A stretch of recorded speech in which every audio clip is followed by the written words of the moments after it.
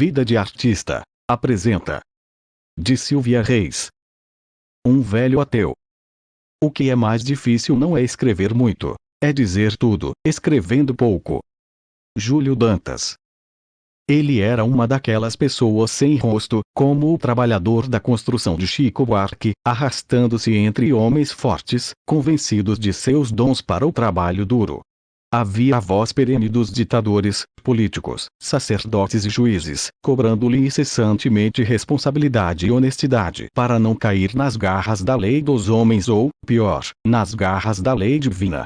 Ainda quando não tivesse como pagar tudo que lhe era exigido pelo direito de existir, devia reconhecer que era um direito concedido por Deus, portanto, um direito sagrado e ao qual ele devia agradecer como um eterno devedor. Era como se ele carregasse todos os martírios cabidos ao trabalhador, embutidos nos mais fabulosos disfarces. Às vezes chegava a pensar que seria melhor ainda viver no tempo da escravidão, pelo menos poderia engrossar o caldo do feijão com os restos de porco rejeitados pelos senhores da casa grande e não teria de pagar pela moradia. E ele que hoje também trabalhava como um escravo, jamais poderia ter um daqueles apartamentos que ajudava a construir, ora em que mais se parecia com o cidadão de Zé Ramalho. Esse que tem um rosto, que já nasce com cara de fome, fadado a uma vida severina, lembrado por um assobio, chamado por um sibilo que silva e ecoa nos subúrbios das capitais. Esse que, apesar de tudo, tinha direito a uma alegria fugaz, gentilmente concedida pela generosidade das pessoas de valor na sociedade, tementes a Deus e merecedoras de respeito. Era com sua força de trabalho que Edmilson ajudava a construir o futuro do país. Recebera o título de colaborador, como uma ascensão social, por merecimento e pelo reconhecimento dos que sabiam de sua importância para o progresso da nação. Uma lei obrigou a empresa a dar-lhe dignidade proibindo-o de comer em qualquer canto da obra, como fazia seu pai. Ganhara o direito de comer à mesa e a grande conquista compensava a perda de um tiquinho do salário que ia diminuindo a cada novo benefício com que lhe agraciavam e, pelo que, Edmilson deveria também ser grato. Durante o almoço, o assunto discutido entre os colaboradores também adquirira feições de elevado nível intelectual.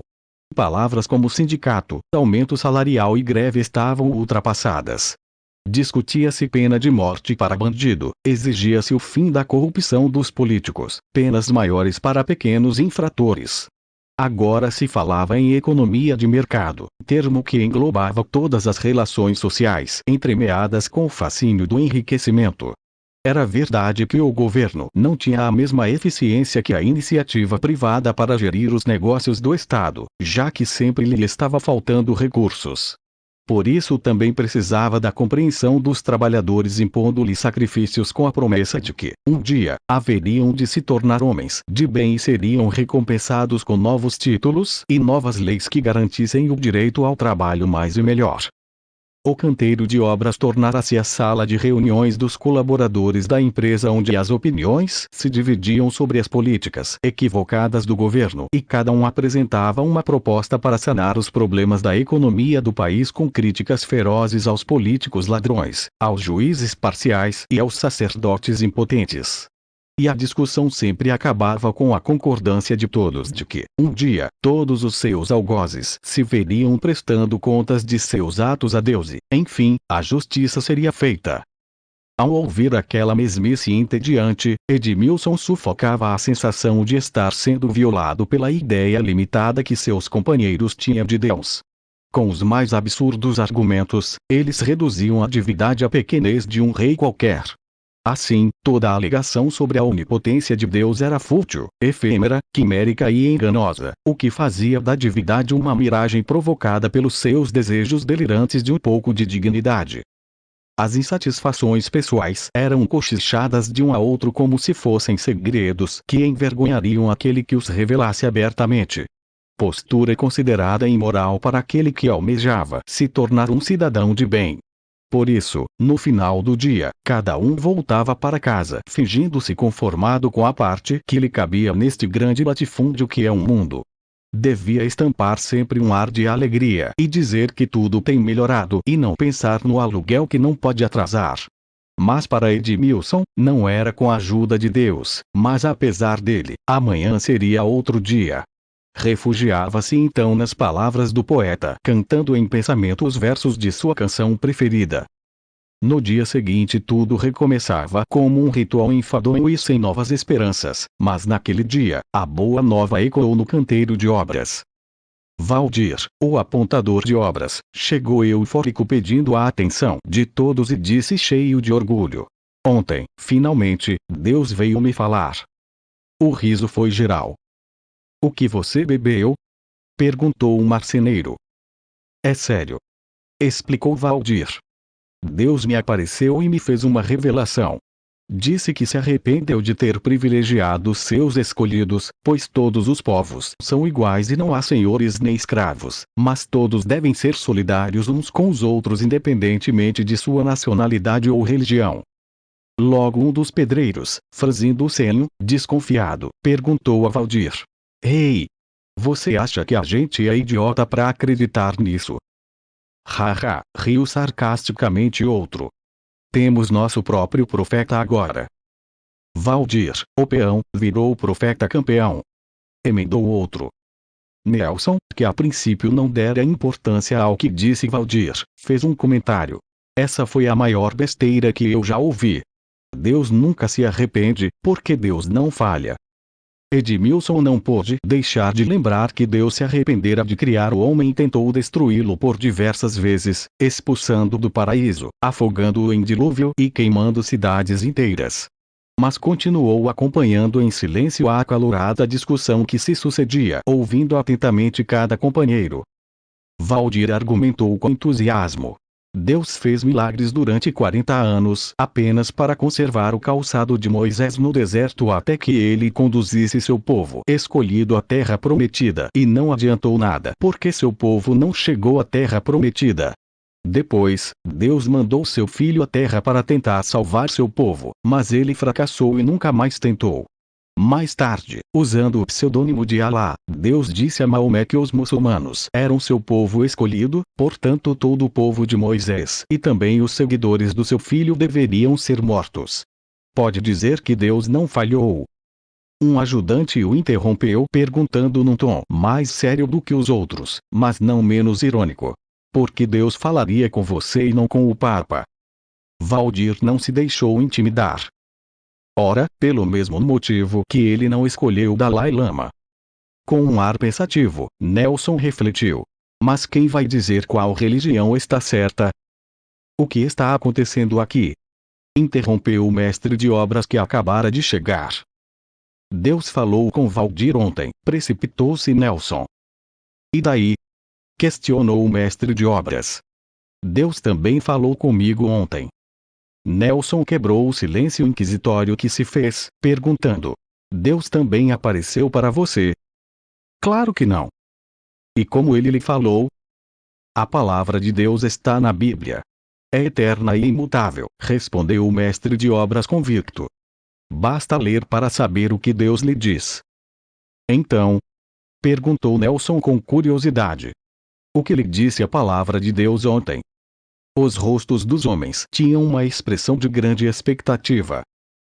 Disse que os servos devem se sujeitar a vossos senhores com todo o respeito, não apenas aos bons e sensatos, mas também aos perversos. Vocês são os servos e eu o senhor. Todos ao trabalho. Viu? Exclamou Valdir. É Deus mesmo que manda a uns escravizarem os outros. Exatamente, concordou o mestre de obras. E qual o problema? O problema é que não é justo Deus condenar o escravo à miséria enquanto ensina os senhores a roubar. Meu Deus, olha para isso! Exclamou Nelson atônito. Esse Valdir está maluco. De onde você tirou que Deus ensina a roubar? Da sua palavra eterna e imutável, redarguiu Valdir, abrindo a pequena Bíblia que sempre trazia consigo em Êxodo, capítulo 3, versículo 21, e continuou. Pois bem, ouça, e eu darei graça a este povo aos olhos dos egípcios. E acontecerá que, quando sairdes, não saireis vazios, porque cada mulher pedirá à sua vizinha e à sua hóspede, joias de prata, e joias de ouro, e vestes, as quais vos poreis sobre vossos filhos e sobre vossas filhas. E despojareis os egípcios. E o que quer dizer despojar? Perguntou Nelson, olhando inseguro para o mestre de obras, que se fingia indiferente aos argumentos da discussão. Significa tirar de uma pessoa alguma coisa que lhe pertence por meios ilícitos, isto é, roubar. É o que Deus manda seu povo escolhido fazer, concluiu Valdir. Enquanto todos estavam paralisados pela perplexidade com aquela constatação, Edmilson ficou reflexivo. Para aqueles homens tudo era criticável, menos a justiça de Deus e sua bondade infinita. Observava que todos fechavam as suas janelas para os versos que Valdir recitava.